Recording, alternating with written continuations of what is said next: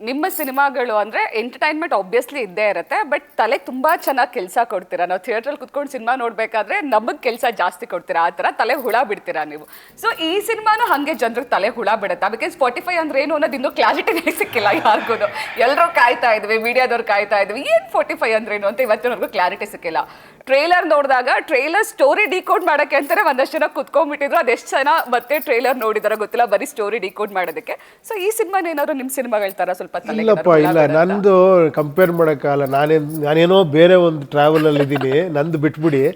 But ಇದೆಲ್ಲ curiosity create ಮಾಡೋದಂತ ಹೇಳ್ಬೋದು. ಹುಳ ಬಿಡೋದಕ್ಕಿಂತ 45 ಅಂದರೆ ಏನು 45 ಅಂತ. ಆಮೇಲೆ ಆ ಟ್ರೈಲರ್ ನೋಡಿದಾಗ ಇದೇನಿದು ಹಿಂಗಿದೆ, ಈ ಥರ ಗೆಟಪ್ ಇದೆ, ಈ ಥರ ಇದೆ, ಈ ಥರ ಒಂದು ಅಟ್ಮಾಸ್ಫಿಯರ್ ಇದೆ, ಒಂದು ಆ ಥರ ಕ್ಯೂರಿಯಾಸಿಟಿ ಬರುತ್ತೆ. ಇದನ್ನು ಏನೋ ಡಿಕೋಡ್ ಮಾಡ್ಬೇಕು ಅನ್ನೋದಕ್ಕಿಂತ ಹೆಚ್ಚಾಗಿ ಅದನ್ನ ಇಂಟ್ರೆಸ್ಟ್ ಇಟ್ಟು ಎಂಜಾಯ್ ಮಾಡ್ತಿದ್ದಾರೆ. ಕ್ಯೂರಿಯಾಸಿಟಿಗೂ ತಲೆ ಕೆಡಿಸೋದಕ್ಕೂ ತುಂಬ ವ್ಯತ್ಯಾಸ ಇದೆ. ನಾನು ಸ್ವಲ್ಪ ತಲೆ ಜಾಸ್ತಿ ಕೆಡಿಸ್ತೀನಿ. ಯಾಕೆ ಅಂದರೆ ಅದು ಏನಕ್ಕೆ ನನಗೂ ಗೊತ್ತಿಲ್ಲ. ಇವತ್ತು ನಿಮಗೆ ಗೊತ್ತಿಲ್ಲದೆ ಇಷ್ಟು ತಲೆ ಕೆಡಿಸ್ತೀರಾ? ನಿಮಗೆ ಗೊತ್ತಿದ್ರೆ ನಮ್ಮ ಕತೆ ಇಲ್ಲ, ಗೊತ್ತಾಗ್ಬಿಟ್ರೆ ತಲೆನೇ ಕೆಡಿಸಲ್ಲ. ಸೂಪರ್. ರಾಜ್ ಅವರೇ, ಸಿನಿಮಾ ನಿಮಗೆ ಫಸ್ಟ್ ಸಿನಿಮಾ ಅಪ್ರೋಚ್ ಮಾಡಿದಾಗ, ನಿಮಗೆ ಸ್ಟೋರಿ ಹೇಳಿದಾಗ ನೀವೇನೋ ತುಂಬ ಡೌಟಲ್ಲಿ ಇದ್ರಂತೆ, ಮಾಡಬೇಕಾ ಇದನ್ನ ಯಾಕೆ ಅಂತ? ಅಂದರೆ ಶಿವಣ್ಣ ಉಪ್ಪಿ ಸರ್ ಇರ್ತಾರೆ ಅನ್ನೋ ಭಯಕ್ಕ, ಅಥವಾ ಏನಕ್ಕೆ ಅಷ್ಟೊಂದು ಡೌಟಲ್ಲಿ ಇದ್ರಿ ಸಿನಿಮಾ ಮಾಡಬೇಕಾ ಬೇಡವಾ ಅಂತ? ಅಂದರೆ ಇದು ನಾನಾಗ ಡೈರೆಕ್ಷನ್ ಮಾಡಬೇಕು ಅಂತ, ಯಾವಾಗಲೂ ನನಗೆ ಡೈರೆಕ್ಷನ್ ಮಾಡಬೇಕು ಅಂತಲೇ ಜಾಸ್ತಿ ಇದಿರೋದು. ಯಾಕಂದರೆ ನನಗೆ ಆ್ಯಕ್ಟಿಂಗಿಂತ ಜಾಸ್ತಿ ಕಿಕ್ ಯಾವಾಗಲೂ ಡೈರೆಕ್ಷನಲ್ಲಿ ಸಿಗುತ್ತೆ. ಸೊ ಈ ಸಿನಿಮಾಗೆ ಹೋದರೆ ಎಷ್ಟು ಟೈಮ್ ಹೋಗುತ್ತೆ ಅನ್ನೋದು ನನಗೆ ಯೋಚನೆ ಇತ್ತು. ಅಂದರೆ ಸ್ವಲ್ಪ ಟೈಮ್ ಬೇಕಾಗುತ್ತೆ, ಯಾಕಂದರೆ ಅವ್ರು ಯಾವ ರೀತಿ ಕನಸನ್ನು ಕಂಡಿದ್ದಾರೆ ಅದು ನೆರವೇರಿಸಬೇಕು ಅಂದರೆ ಟೈಮ್ ಕೊಡಲೇಬೇಕು ಎಲ್ಲರೂ ಕೂಡ. ಹಾಗಾಗಿ ಇಷ್ಟು ಟೈಮ್ ಕೊಡೋಕ್ಕಾಗತ್ತಾ ನನ್ನ ಕೈಯಲ್ಲಿ ಅಂತ. ಆಮೇಲೆ ಸಿನಿಮಾದ ಮೆರಿಟ್ ಯಾವ ಥರ ಇತ್ತು ಅಂದರೆ, ಈ ಸಿನಿಮಾದಲ್ಲಿ ಒಂದು ಇನ್ವಾಲ್ವ್ ಆಗಬೇಕು ಅನ್ನೋವಂಥ ಒಂದು ಆಸೆ ಬಂತು. ನೀವು ಕೇಳಿದ್ರಲ್ಲ ಆಗ ಸ್ಕ್ರೀನ್ ಸ್ಪೇಸ್ ಅಂತ. ಐ ಥಿಂಕ್ ಈ ಸಿನಿಮಾ ಸ್ಕ್ರೀನ್ ಸ್ಪೇಸನ್ನು ಇದು ಮಾಡಲ್ಲ, ಸ್ಕ್ರೀನ್ ಇಂಪ್ಯಾಕ್ಟನ್ನು ಮ್ಯಾಟರ್ ಮಾಡುತ್ತೆ. ನಾವು ಆ ಒಂದು ವರ್ಡನ್ನು ಇಂಡಸ್ಟ್ರಿಯಲ್ಲಿ ಚೇಂಜ್ ಮಾಡಬೇಕು ಅಂತಂದರೆ ಸ್ಕ್ರೀನ್ ಇಂಪ್ಯಾಕ್ಟ್ ಎಷ್ಟಿದೆ, ಆ ಪಾತ್ರದಿಂದಾಗಿ ಕತೆ ಎಷ್ಟು ಬದಲಾಗುತ್ತೆ, ಎಷ್ಟು ಅದಕ್ಕೆ ಪರಿಣಾಮ ಬೀರುತ್ತೆ ಅನ್ನೋದು ತುಂಬ ಇಂಪಾರ್ಟೆಂಟ್. ಅದನ್ನು ಬಹಳ ಚೆನ್ನಾಗಿ ಹ್ಯಾಂಡಲ್ ಮಾಡಿದ್ದಾರೆ ಅರ್ಜುನ್ ಜನ್ಯ ಅವರು.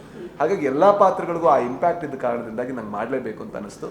ಬಟ್ ನಾನೇ ಅಂದರೆ ಫಸ್ಟಿಗೆ ನಾನು ಅವ್ರನ್ನ ಕನ್ವಿನ್ಸ್ ಮಾಡೋಕ್ಕೆ ಟ್ರೈ ಮಾಡಿದೆ, ಯಾಕಂದರೆ ನನ್ನ ಲಿಮಿಟೇಷನಿಂದಾಗಿ.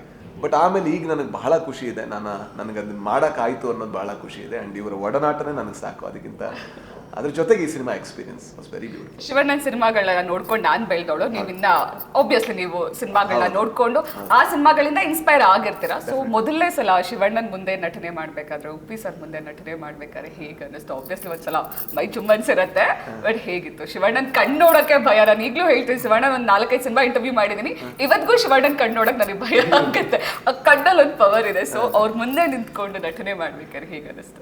ಒಂದು ಅಂದರೆ ಏನಂದರೆ, ಈಗ ಅವ್ರ ಜೊತೆ ಯಾವಾಗಲೂ ಕೂಡ ಅವರೇನೋ ಮೇಂಟೈನ್ ಮಾಡಿದಾಗ ನಾವೆಲ್ಲೋ ದೂರ ಅಂತ ಅನ್ಸೋಕೆ ಶುರು ಆಗುತ್ತೆ. ಆಗೊಂದು ಅನ್ಕಂಫರ್ಟೇಬಲ್ನೆಸ್ ಬರುತ್ತೆ. ಇವರಿಬ್ರಲ್ಲೂ ಆ ಗುಣ ಇಲ್ಲ. ನೀವು ಯಾರು ಅಂತ ಜಡ್ಜ್ ಮಾಡಲ್ಲ, ಅದು ಯಾವ ಆ್ಯಕ್ಟರ್ ಬೇಕಾದರೂ ಆಗಿರಲಿ, ಅವ್ರನ್ನ ಎಷ್ಟು ಕಂಫರ್ಟೇಬಲ್ ಮಾಡ್ತಾರೆ ಅಂತ. ಅಂದರೆ ತುಂಬ ಕಂಫರ್ಟೇಬಲ್ ಮಾಡ್ತಾರೆ. ಒಂದ್ಸಲ ನನಗೆ ಜ್ವರ ಬಂದಿತ್ತು ಒಂದು ಮಾರ್ಕೆಟ್ ಸೀನಲ್ಲಿ, ಇಬ್ಬರು ಇದ್ದರು. ನೈಟ್ ಸೀನು, ನನಗೆ ಮಳೆಗೆ ಇಳಿಲೇಬೇಕು. ಆಗ ಅವರಿಬ್ಬರು ಎಷ್ಟು ಕ್ವಶ್ಚನ್ ಮಾಡಿದ್ರು, ನಿಜವಾಗ್ಲೂ ಇಳಿಬೇಕಾ, ಯಾವ ಶಾರ್ಟ್ ತೋರಿಸಿ. ಸರ್ ಹೋಗಿ ಮಾನಿಟರ್ ನೋಡಿದ್ರು, ಅವ್ರು ಹೋಗಿ ಮಾನಿಟರ್ ನೋಡಿದ್ರು, ಅವ್ರು ನೆನಪಿದೆಯಾ ಇಲ್ಲೋ ಗೊತ್ತಿಲ್ಲ. ಸೊ ಮಾನಿಟರ್ ನೋಡಿದ್ರು, ಯಾವ ಶಾರ್ಟ್, ಆ ಶಾರ್ಟಲ್ಲಿ ಅದು ಬ್ಯಾಕ್ಗ್ರೌಂಡಲ್ಲಿ ಕಾಣಿಸಲ್ಲ ಮಳೆ ಬೀಳೋದು, ಅದ್ಯಾಕೆ ಅವ್ನು ನೆನಪಿ. ಅಷ್ಟು ಕಂಫರ್ಟೇಬಲ್ ಯಾರೋ ಒಬ್ಬ ವ್ಯಕ್ತಿ ಅವನ ಬಗ್ಗೆ ಯಾಕೆ ಅಷ್ಟು ಕಂಫರ್ಟೇಬಲ್. ಅಷ್ಟು ಮಾಡಿದಾಗ ಏನನ್ಸುತ್ತೆ, ನಮಗೆ ಭಾಗ್ಯ ಅನ್ಸುತ್ತೆ. ಆ್ಯಂಡ್ ನಮ್ಮ ಬೆಸ್ಟನ್ನು ನಾವು ಕೊಡ್ಬೋದು, ಯಾಕಂದ್ರೆ ಜಡ್ಜ್ ಮಾಡಲ್ಲ ಅಂತ ಗೊತ್ತಾಗುತ್ತೆ. ನಿಮ್ಮ ಭಯ ಬರೋದು ಯಾವಾಗ, ಅವರಿಗಿರುವಂಥ ಎಕ್ಸ್ಪೀರಿಯನ್ಸಲ್ಲಿ ನಿಮ್ಮನ್ನು ಜಡ್ಜ್ ಮಾಡ್ತಾರ ಅನ್ನೋ ಭಯ ಬಂದಾಗ. ಅವ್ರು ಮನುಷ್ಯರನ್ನೇ ಜಡ್ಜ್ ಮಾಡಲ್ಲ, ನಿಮ್ಮ ಪರ್ಫಾರ್ಮೆನ್ಸನ್ನು ಏನು ಜಡ್ಜ್ ಮಾಡ್ತಾರೆ ಅನ್ನೋ ಒಂದು ನಿರಾಳತೆ ನಿಮಗೆ ಸಿಕ್ಕಾಗ ನೀವು ತುಂಬ ಓಪನ್ ಅಪ್ ಆಗ್ತೀರಾ, ತುಂಬ ಈಸಿಲಿ ಮಾಡೋಕ್ಕಾಗುತ್ತೆ. ಅದು ಅವ್ರ ದೊಡ್ಡ ಗುಣ ಅಷ್ಟೇ.